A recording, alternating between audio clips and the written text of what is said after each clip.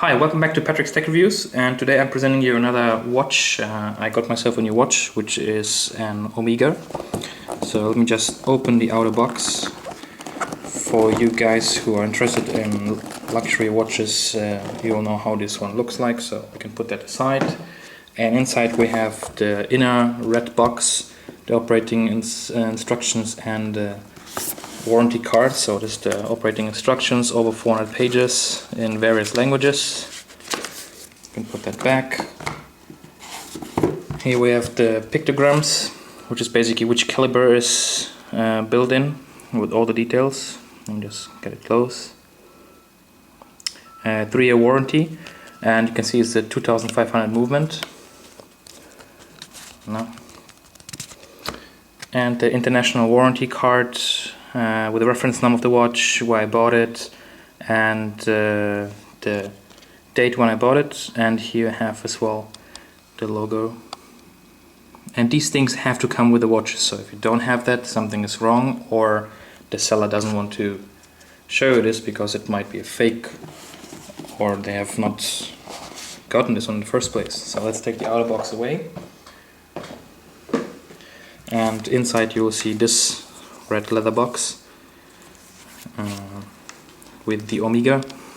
Again, Omega watches Swiss made since 1848. And when we open it up, we'll see the 300M in blue. Here we go. I have to say it's a really beautiful watch, and let me just clean it a bit. The thing is that I already have another Omega, which is the 300M, which I bought a few years back as a quartz. So now I have the automatic version of it, and this is the tag as well that comes.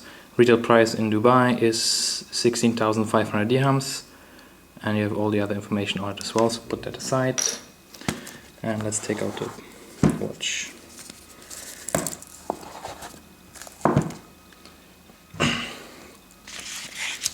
Okay, let me just adjust the camera a bit down here. Okay, and here we have now both of them together. So the black one here is the quartz one, which you obviously can see because the second hand is jumping. Let me just zoom in a bit. So the second hand is jumping. And the blue one on the right is the new one, which is the automatic one. You can see that the design changed. This one is around 3 years old, and this is brand new. And the design changed because they discontinued the quartz version of it. I just got one of the very last ones, I think, back in 2000 and what is it? 2012, I think. And just the differences between them very quickly is obviously the movement, right? And then the date, let me just put in here so you can see it. Now if we look at the date here on the black one, you can see that it's actually the indice at 3 o'clock is not cut off, while on the blue one, the chronometer one, it is cut in, as you can see here. And this one is square box, this one is a rounded box. And the other difference, well, other than the movement, is in the bezel. You can see the numbers are much bigger and wider, and on the band, let me close this one up here. This one has, and obviously you can see I was wearing it a lot, it says Omega Seamaster Professional. This one just says Omega or Omega. So let me put the black one aside and we concentrate on the blue one. Alright, so let's just get a bit closer. And actually what I forgot as well to show you is a difference in the dial. This one has the wave dial, you see the wave pattern, and this one doesn't have it. Okay, so what I really like about this watch actually is that the depth of it. I mean, this one is this new liquid metal kind of bezel, which this one is the black one is the aluminum one, and it just has a depth to it which is difficult to describe, and it really depends on how the light is falling on it. You can see it's dark blue, goes into like a light blue, and it really depends on how the light, which angle the light falls. And then we have on top with this Omega Seamaster Professional. You can see it's actually here, see it nicely, it's actually on top of it, so it's not just printed or painted, it's on top of it. Then we have the Co-Axial Chronometer, 300 meters, 1000 feet, Swiss made, and the date. And some people don't like that the date is actually black. I don't really mind it. And then we have, you can obviously turn the dial, and it's 120 clicks. Then here we have,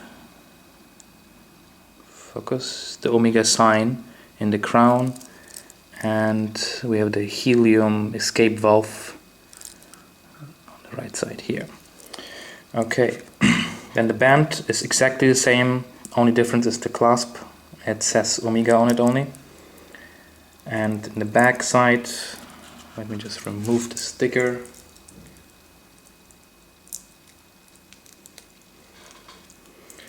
On the back side we have the Seamaster horse in the back, and very important, let me just find where it is.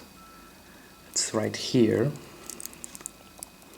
If I zoom in, right there is a red dot. Focus. Focus. Can you see the red dot? There it is, right there. That means that the watch has not been opened yet and it's factory sealed. So that's an indicator for Omega when you bring the watch to service, if it has been opened or not. Then we do have a dive extension, which you can open like this. I'll show you again. It's under the clasp, you can see it here. Just have to pull it down a bit, and then you have a dive extension. It's just one. And another difference, actually you see how many differences there are from the old model to the new one, is that the band actually is screws. It has screws. Let's zoom in again. You can see here it's screwed and not pins like the old one. So this is much more user-friendly, and you can change the band yourself. It's very, very easy. If you have watchmaker tools, very quick, or even a small screwdriver will do it here, but you still have to get the pins out in the middle. Then you will find on the back of the watch, on one of the horns, the serial number, which has to match actually the card that you're getting with it. And let me just zoom out again and put the watch on. So here we go, that's how it looks on the wrist. And it's 41 millimeters, obviously 300 meters as I said, and it's a 2500 movement, which is self-winding chronometer, coaxial escape movement with the rhodium plated finish, and has a power reserve of 48 hours. So in my opinion, a beautiful watch. Great entry level to Omega if you're looking for divers watches. I really, really like the depth of it, as I said.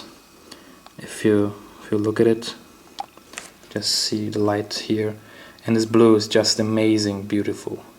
It's really, really beautiful.